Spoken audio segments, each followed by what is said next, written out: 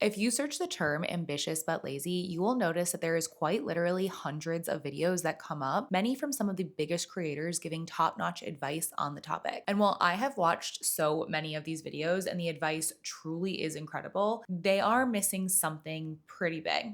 And that's recency. Oftentimes, the biggest creators and biggest names in self help are people who have been successful and doing well in what they are doing for almost a decade, if not more. So, while yes, at one time they probably were ambitious but lazy, they certainly are not now, and they haven't been for quite some time. And while that definitely doesn't discount any of the advice that they share, I do find, as someone who has struggled with this myself, the videos and the advice that lands the best is typically from people who understand what I'm going through and know how to get out of it. So, as someone who has experienced being both ambitious but lazy and also ambitious but lost, and has experienced both in the last 5 years and has gotten myself out of them, I want to share my perspective on this and share some advice that maybe isn't as commonplace that will helpfully kick your butt into gear and get you to actually experience the fruits of your labor. To start out, I want to define what it means to be ambitious and what it means to be lazy. So, the dictionary defines being ambitious as having or showing a strong desire and determination to succeed, while lazy is defined as being unwilling to work or use energy. So, being ambitious but lazy is essentially having strong desire to succeed while being unwilling to work or use energy. Now, if you're listening to this, you probably are noticing the same contradiction that I am. When we have a strong desire to succeed, that desire is energy, it is a feeling, it holds weight. And when we have a desire, we have energy that we need to expend, we need to do something with because it's not going anywhere, but we are unwilling to use that energy, we then have this energy and it has nowhere to go. And that is the problem, at least as I have experienced it, with being ambitious but lazy. Now, there's a really great quote that reads, "Ambition without action becomes anxiety." And my opinion is that when we are an ambitious individual, we have ambitions for our life, we have desire to create something big, and we have the energy in us that wants to make something miraculous happen, but we are not willing to use that energy or expend that energy in the moments that we are in, that energy has to go somewhere. And oftentimes it's either going to create anxiety or it's going to create depression. I have both experienced having anxiety in these periods of time where I cannot get myself to do the things that I want to do. And I have also experienced depression. The depression has oftentimes come more frequently when I am in a stage where I feel ambitious but lost, meaning I don't know exactly what I want to do with myself and what the ambition is that I have. I just know that I am ambitious. Either way, when we have energy that we are not using, that energy has to go somewhere or create something. And when it's trapped inside of us, it's typically not good. Now, I think where most of our heads go when we start to hear this and understand the actual problem we are working with is, why am I not willing to expend this energy? If holding on to it is only making me feel worse, then why can't I spend it? I want to do something with myself. I have the energy, I have the ambition, but I'm just not using it. Why am I lazy? And for this question, we need to take a step back, because when we are unwilling to take action, it is typically because there is some level of self-sabotage that is happening to us. And while most people see self-sabotage as a lack of discipline, my personal belief is that self-sabotage is a learned fear response stored in our mind and body that causes us to resist taking action towards the things we want to do because there is something in those things that is triggering that fear response. This means that whatever it is you are working towards, at one point in time, you probably either consciously or subconsciously learned that it was not safe to pursue it. This safety does not necessarily mean physically safe and alive.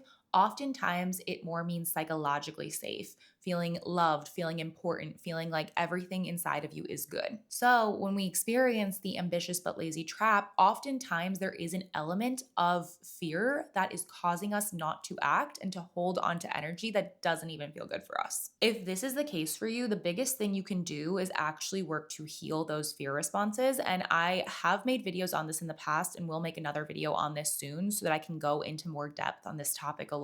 But the fear response that you're experiencing is not something that discipline alone will be able to fix, because if you just keep using discipline to show up for whatever action you need to take, at one point, you're not going to have the discipline to keep doing it. And you will always need discipline to keep doing it because you do not feel safe with that thing. So you need to be able to heal the fear response, teach your body to feel safe with whatever you're working towards, and then the action will come more effortlessly. Now, if the element of self-sabotage doesn't fully resonate with you, maybe this will. For those of us who don't feel like there is any direct fear we experience when it comes to doing the work, what you may notice is that there is a perception or a belief that doing the work is going to be more difficult than not doing the work. If you break this down, what this is essentially saying is that you have a subconscious belief that having anxiety or depression or whatever energy that laziness is breeding is actually easier to live and experience than it would be if you were to put in the work and actually have to expend that energy. It becomes this debate of which energy is actually easier to hold, and this typically happens when we've been in cycles of feeling lazy for longer than just a couple weeks. Each of us experiences a level of recency bias. So if most recently what you've been doing is being lazy and holding anxiety, you will perceive that to be the easier option, even though logically you may know it feels better when you are actually doing the work. The problem is, until you actually give yourself evidence in the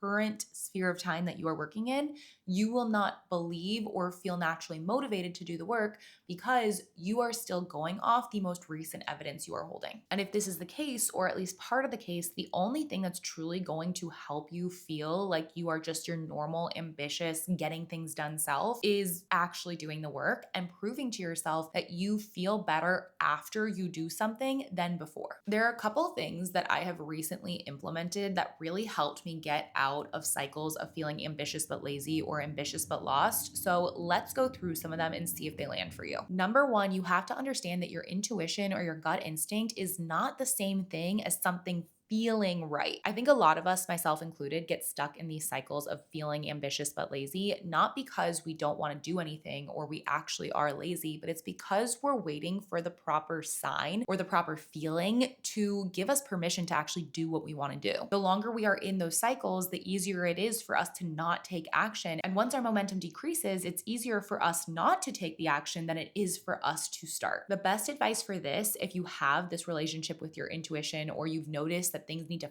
feel a certain way for you to have permission to move forward on them, is what Layla Hormozi says. Fuck your feelings, follow the plan. Now, this is obviously much easier said than done. And if you are struggling with something like this, you probably are also experiencing this feeling of being ambitious but lost and not knowing what you want to work towards. So this leads me to number two. Do not judge if you should or should not do something based on how you feel before you do it. Only judge based on how you feel after. You've probably heard people talk about what gives you energy. And oftentimes when people hear that statement, they automatically assume they have to feel energized going into an activity rather than realizing that the things that give us energy are typically not the things we want to do at first. The things that give us energy are typically the things that we don't want to do, but after we do them, we just feel like a different version of ourselves. We feel better, we feel happier, we feel excited, even though we've just expended energy. If part of why you have felt lazy is because you are lost and you do not know what you want to put your time, energy, and effort towards, you need to make sure that you are paying extra attention to how you feel after you do things, because those things are going to be the little breadcrumbs and nudges you need to follow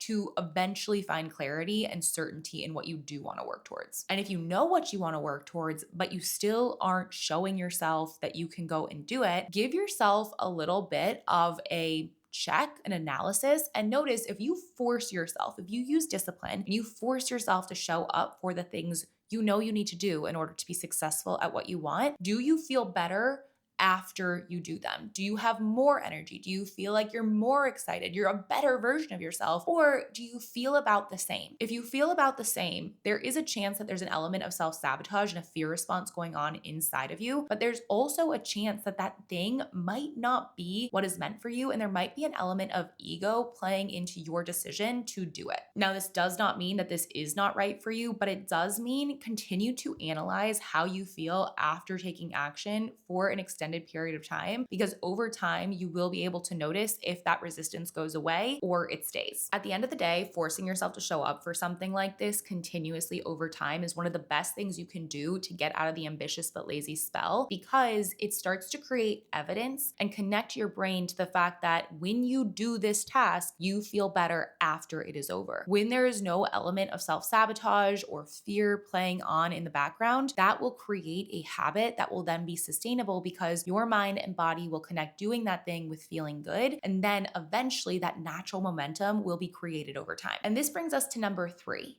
Find your keystone habit. It is defined as a habit that is a small foundational behavior that triggers a chain reaction, creating a ripple effect that leads to the development of many other positive habits and broader life changes, often without direct effort on those other areas. What a keystone habit really is just one thing that you decide to discipline yourself into doing every single day, continuously over a period of time. And by doing that one thing, it leads to you feeling better about yourself and therefore naturally starting to implement other habits that are positive and help your life too. Many people find that very common keystone habits that help them create this ripple effect in their own life are things like exercising, eating healthy, flossing. For me personally, I learned this year that running was actually a keystone habit for me. For the first 2 months, I hated every single run. But the thing that kept me going, aside from the commitment I made, was the fact that after every single run, I felt like a new person. I felt incredible. I felt so much better. I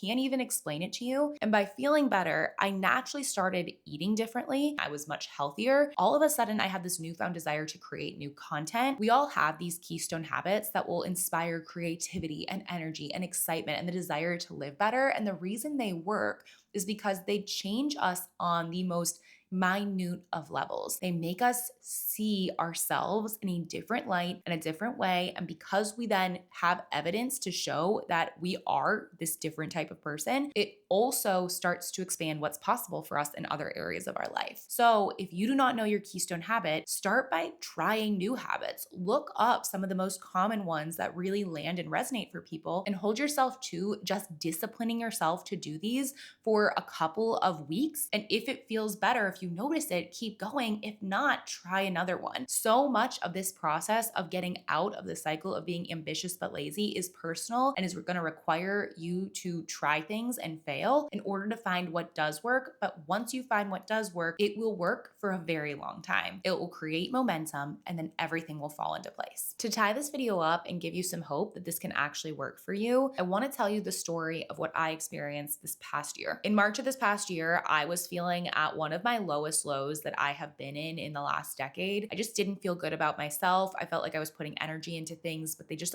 weren't working how I thought it would. And I didn't feel like I really had a direction in my life. I was actually the poster child for not just being ambitious but lazy and lost, because I didn't actually know what I wanted to do with myself. And so I just kind of let myself rot. At first, I thought this rotting was actually good and it would kind of clear my head so that I would have more clarity on what I wanted to do next. But what I ended up realizing is that by rotting, I also lost all the momentum that I had generated over the past 5 years. And because of that, I didn't have any desire to get up or do anything, and my laziness was at an all-time low. The moment that really changed things for me was in March, when this had been going on for a couple of months, and I was just so sad of being sad and anxious and kind of depressed that I was like, I don't know what I want to do, but I know I need to do something that is hard and challenging just to show myself I can. And so I am going to start running again, and I'm going to sign up for a marathon to make the commitment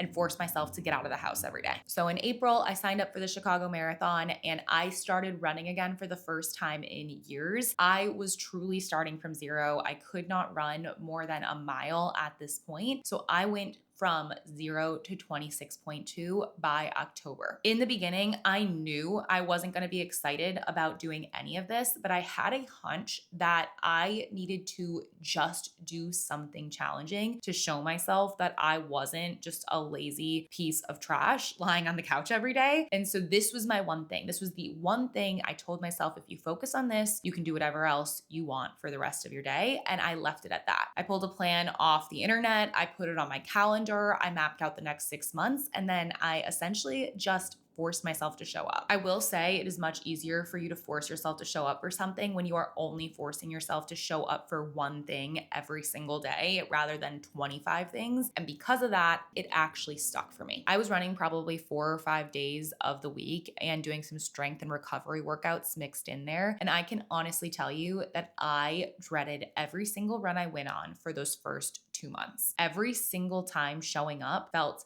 absolutely horrible. But the only thing that allowed me to keep going was the fact that after the run, I literally felt like a new person. I was happy. I was smiley. I felt like myself again. I randomly started feeling creative again. And I just started making content again. And I started eating differently. And all of a sudden, in 2 months, I noticed so many changes. My body felt better. I felt lighter. I just did not feel like the person I was a couple months back. And because of that, I felt inspired to go a level deeper. I challenged myself to not just complete each run, but actually go all in, meaning I wasn't going to go up this run and be like, I just need to get this checked off my to do list for the day. Instead, I was like, how can I give this all of the energy that I have right now? What would that look like today? And every single run for a week, I did that. When I tell you that shift of just doing something hard to challenging myself to actually give 100% of my energy to something hard was the game changer that truly created the biggest ripple effect that I could ever have experienced. I became a new person in the second half of this year purely because I stopped half-assing some of the things I was doing and I actually gave it my all. But I never would have gotten there if I would have forced myself to do something that wasn't aligned or wasn't right for me. The force had to come from me and it had to go towards something that meant something to me that I kind of wanted and that made me feel better after. The second half of the year, I truly felt like I got my spark back, and I mean that in every single way, shape, and form. I felt like myself. I felt like I could do anything. I felt creative. I felt like I had finally started getting a little bit of clarity. And what I realized from all of this is that so much of the reasons we get stuck as an ambitious person feeling lazy or feeling lost when it isn't in our nature is not because we actually are lazy or we are lost. It's because we've lost momentum, because momentum is the energy that keeps us going. And when we are in that period of time where for whatever reason we feel like it is not safe to expend that energy onto things we care about, we then start to die inside and we literally wilt, and then we forget what it feels like to be alive and to show up and to be ourselves. So if this is the place that you are in right now, instead of forcing yourself to do something random or get a bunch of little tasks done in your day, whatever it is that you know will move the needle for yourself, find it, force yourself to do it every day. Use how you feel after that task as a meter for how well it's going or if you should continue to do it in the future. And then allow yourself to just apply that discipline in that one area and watch as everything else falls into place. I have a really great short video on how to get out of the ambitious but lost cycle, which I will leave in the show notes. And if you have any questions on any of the things I talked about, or you want me to go into more detail or give more examples, please let me know in the comments so I can do so and help you actually use this information to change your life. I hope you have a great day, and I'll talk to you soon.